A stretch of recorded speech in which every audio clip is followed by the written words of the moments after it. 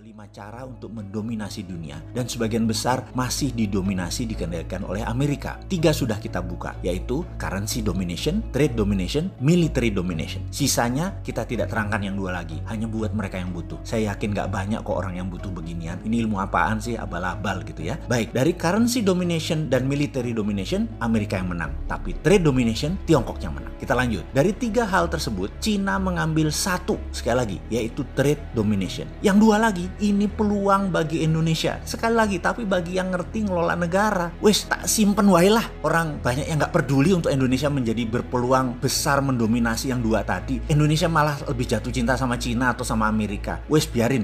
Nanti yang 2 ini kita simpen aja buat nanti ya. Oke, kita lanjut. Kita bicara tentang currency domination lebih dalam lagi sekarang. Semua masih ingat kan di tahun 97-98, di mana serangan ekonomi hitman kepada pemerintahan Soeharto menyerang rupiah dari 2.700 ke 15.000 hanya dalam waktu 6 bulan. Indonesia rontok, krisis moneter lalu menjadi krisis politik. Waktu itu, inilah hal yang dilakukan di Kentucky, yaitu melakukan simulasi hal ini. Amerika sedang melakukan simulasi mengantisipasi supaya dolar tidak menjadi seperti subprime mortgage lagi, dan bagaimana saat ini bersamaan bisa menyerang sebuah negara. Nama simulasinya adalah currency warfare simulation. Anda akan tegang bagaimana simulasi itu mereka lakukan. Semua dengan perhitungan matematik yang sangat rinci, algoritma yang sangat jelimet. Mereka melakukan semua atas nama dollar reset value.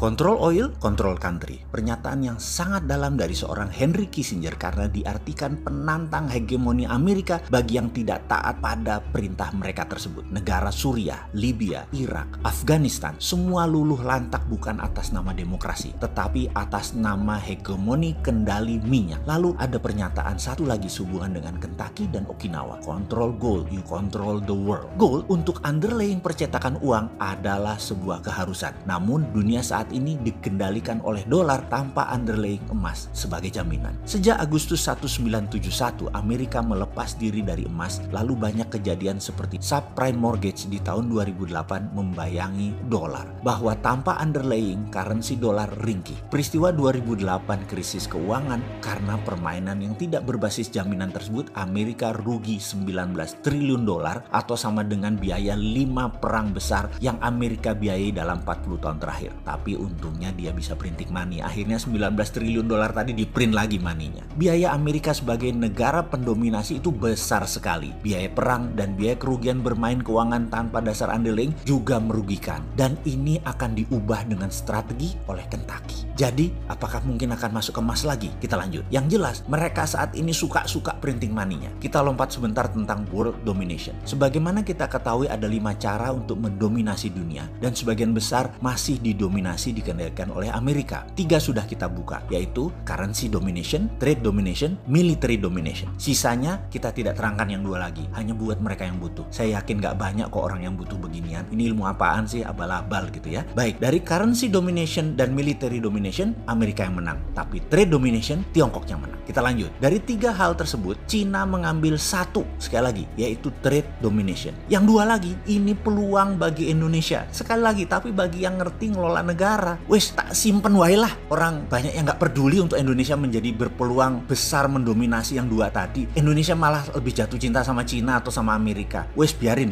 Nanti yang 2 ini kita simpen aja buat nanti ya. Oke, kita lanjut. Kita bicara tentang currency domination lebih dalam lagi sekarang. Semua masih ingat kan di tahun 97-98, di mana serangan ekonomi hitman kepada pemerintahan Soeharto menyerang rupiah dari 2.700 ke 15.000 hanya dalam waktu 6 bulan. Indonesia rontok, krisis moneter lalu menjadi krisis politik. Waktu itu, inilah hal yang dilakukan di Kentucky, yaitu melakukan simulasi hal ini. Amerika sedang melakukan simulasi mengantisipasi supaya dolar tidak menjadi seperti subprime mortgage lagi, dan bagaimana saat ini bersamaan bisa menyerang sebuah negara. Nama simulasinya adalah currency warfare simulation. Anda akan tegang bagaimana simulasi itu mereka lakukan. Semua dengan perhitungan matematik yang sangat rinci, algoritma yang sangat jelimet. Mereka melakukan semua atas nama dollar dollar reset value. Reset value ini dinaikkan, bisa diturunkan dolarnya. Jadi misalnya dalam ruangan tersebut ada 200 monitor lebih, setiap monitor ada nama negara, peta, dan nilai kurs terhadap dolar saat itu. Lalu mesin kalkulasi dinyalakan, naik 20% nilai dolar. Apa yang terjadi pada Amerika? Apa yang terjadi pada negara Tiongkok? Apa yang terjadi pada Indonesia? Lalu keluar warna hijau artinya aman, kuning artinya bahaya, orange artinya bahaya 2, merah artinya bahaya 3, hitam artinya fail atau collapse negara tersebut. Sekali lagi, dolar dicetak dan beredar, 70% uang kartal dolar tersebut beredar di luar homelandnya Amerika. Saat ini dolar dicetak tanpa underlaying, karena kalau berdasarkan deposito emas yang mereka miliki, maka nilai dolar yang dicetak sudah kelebihan 100 kali lipat nilainya dari saat ini. Jadi dolar currency-nya over value. Jadi dolar reset value adalah satu hal yang pasti dilakukan. Simulasinya banyak ragam, di mana ketika saya hadir, yang mereka simulasikan adalah mereka menerbitkan dolar baru. Dolar jenis baru ini diterbitkan di mana dolar lama nilainya dipotong hingga 50%, didiskon hingga 50%. Skenarionya dolar baru tidak terlalu jauh over value-nya, yaitu hanya 20%, hanya 20 kali dari nilai depository emas, dan bisa dengan cepat dinaikkan dengan strategi goldnya nilainya dinaikkan. Jadi, atau selain goldnya dinaikkan adalah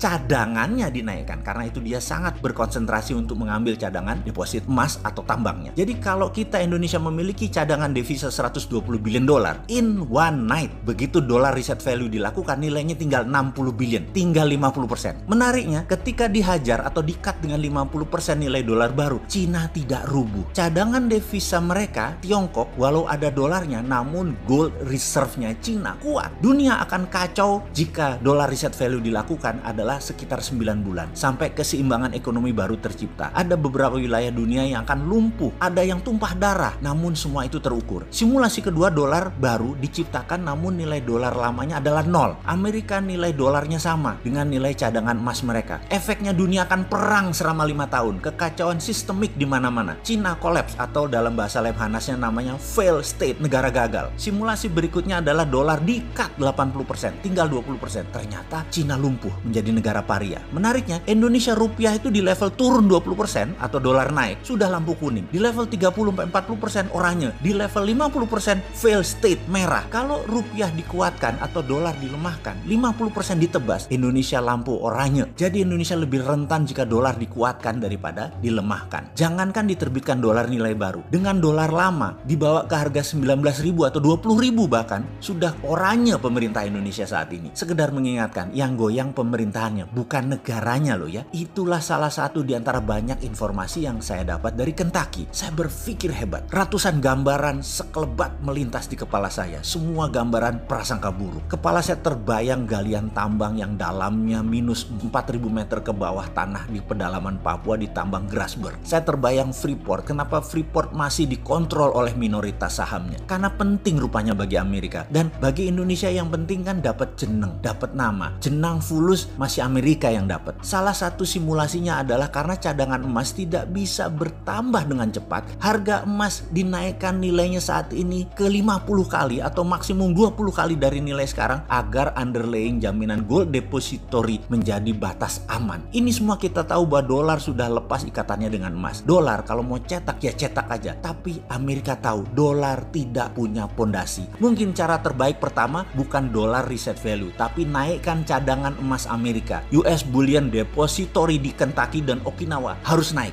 Sebentar, Okinawa Bullion Depository itu bukannya materialnya koper konsentrat Freeport ya? Cadangan Grasberg yang 20 tahun ke depan masih 3.000 ton itu emasnya. Kenapa kita nggak minta bagi hasil emasnya ya? Kok malah koper tembaganya ya? Konsentrat lagi. Ya, begitu dah.